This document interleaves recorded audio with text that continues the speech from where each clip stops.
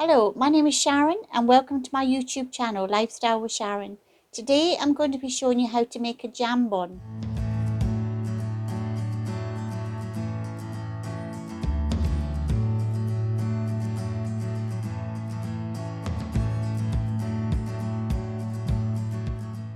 This was a dish that they have in Ireland and is so popular here. It's lovely.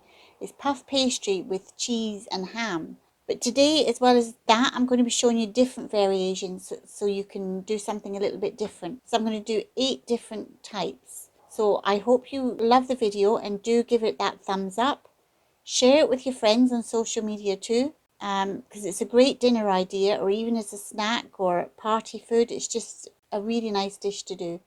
Right, so I'm just going to cut some broccoli if you're going to do ones with the broccoli. I'm showing you different ones. You might want to make them all, or you might want to just do a particular one. But if you're going to do ones with broccoli, then you're just going to cut them nice small pieces.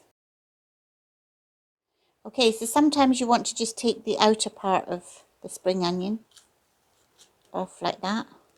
It depends on what your spring onion is like. And then it's perfectly okay to use these. Some people chop these bits off, the dark green, but I actually use them. Just cut it in half so you can get it nice and small. And then you just cut small pieces. And then when you get to the main part of it, just cut it in half.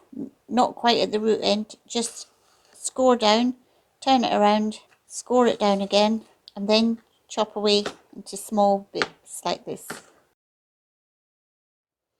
So with the chicken, you want to cut this up into small pieces. So of course you can do it with a knife, or you can do what I do and just use a pair of scissors. So you cut a long strip off like that. You just cut away nice small pieces. I just find this so much easier with a pair of scissors. So I'm cooking my chicken in the wok, and you don't have to do this, but I'm just adding a little bit of paprika. So a little bit of a sprinkle of paprika. And then I'm using the 2 wooden spoons to kind of stir them around. And that's all you do with the chicken. So we'll just take these chicken pieces out and we'll put them in a bowl ready for use. So we're just going to melt some butter into a saucepan for the sauce. And then once that's melted, as soon as it's melted, you add the flour. And you let this cook for about 1 minute. And it will go nice and thick like this, and that's okay. I'll put the exact amounts of all the ingredients in the description below. And I'll also have it on the website, lifestylewithsharon.com. Then after the minute, you can add small bits amount of milk at a time. If you heat the milk up beforehand, it makes it a little bit quicker if you just warm the milk up. So just keep stirring it and it will get nice and thick again, and you just keep mixing and then add small bits of milk at a time, and eventually it'll get thinner and thinner. Right, so as you can see, it's still quite thick, and you just give it a stir in between adding small amounts of milk, and then eventually it will get to the thinner consistency that you want. And you won't get any lumps as long as you keep stirring it. I'll also show you an option where you don't have to use sauce, but it tastes nicer with the sauce. So you can see this sauce now is looking beautiful, and you can see it's quite thick, and that's how you want it, about that consistency roughly. Although it doesn't matter if you want it a bit thinner than that, you do it a bit thinner, but that's what I like with these particular things I'm doing. In the sauce, again, it's optional, you don't have to use this, but you can put a tiny bit of nutmeg. You don't need a lot, and a bit of black pepper. I wouldn't bother with salt on this recipe because you've got salt in the ham, you've got salt in the cheese, salt in the butter, so you've got plenty of salt already. So just pepper and a bit of nutmeg. So we've got some cooked ham here, some cooked sliced ham. You can actually cook a joint of ham and do it that way if you wanted to, but I'm just going to cut it up into small pieces. You could use bacon as an alternative if you didn't want to use cooked ham. But the way it's usually done is with the cheese and cooked ham. So on a clean worktop, just sprinkle some flour on it. Right, so I have here some ready-made puff pastry. So I simply unravel it. So what you want to do is, I'm going to do 8 little parcels. So I'm just going to score this with a knife.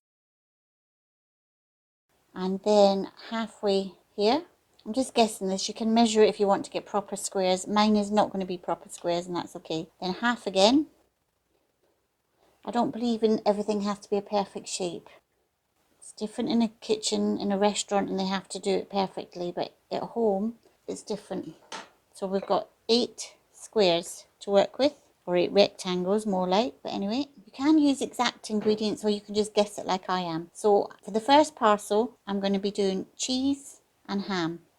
So you just mix the two of them together, and then you're going to put it in the middle of your parcel, and then you're going to place a bit of your sauce on the top, and then you're going to get two corners opposite ends of each other and squeeze it together, and then the other corner bring into the middle as well, squeeze it, and the other corner squeeze it. So you kind of just pinch those four corners, and then you've got like 4 open ends, and this is your little parcel that you're going to put in the oven. So I'll just scoop this up with a spatula. Again, it doesn't have to be perfect. These are homemade, and you just put them in a dish and they will go in the oven. So you put a bit of cheese in, the ham, and put a handful of spring onions.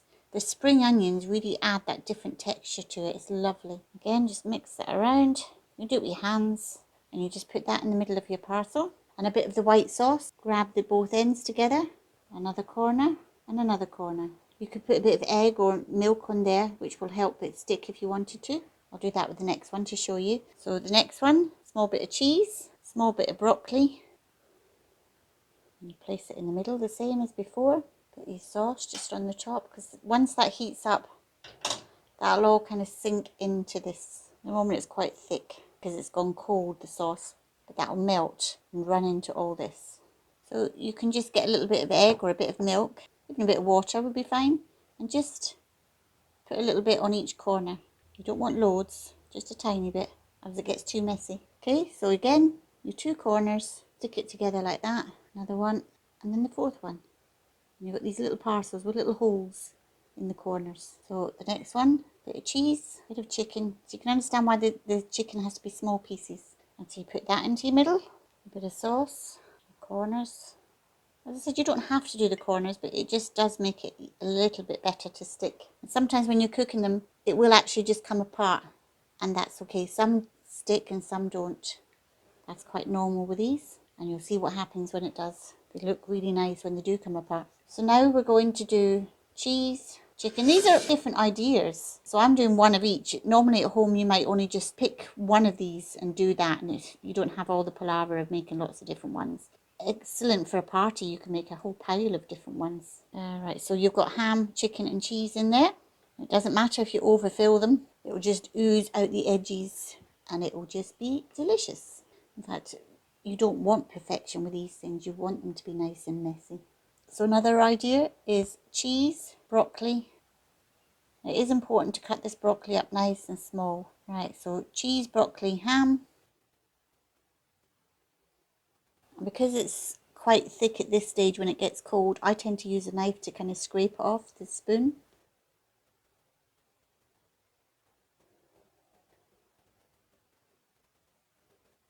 So if you want a vegetarian option, you can just put the cheese and the spring onion. This is actually a lovely one to do. Put a good bit of the spring onion in.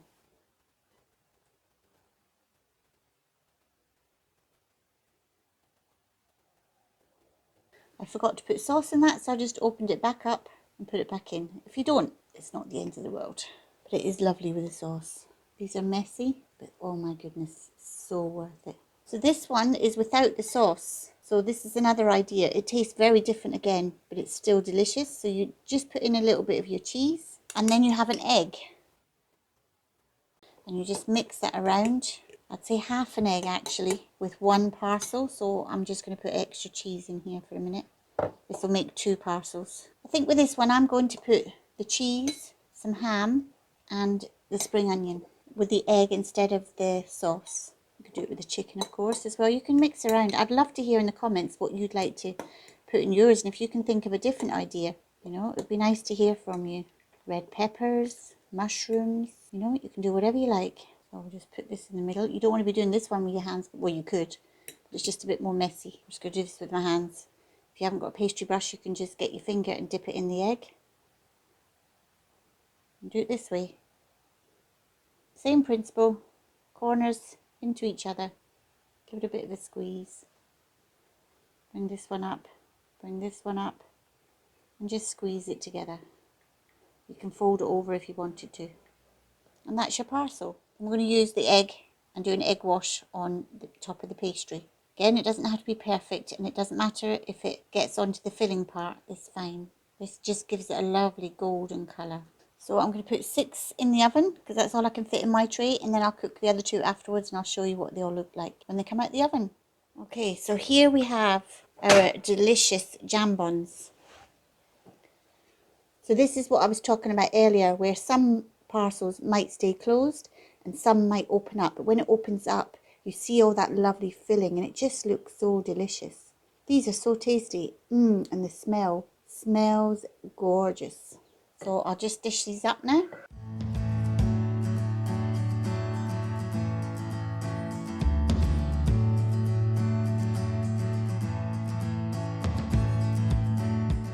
Look at how delicious they are.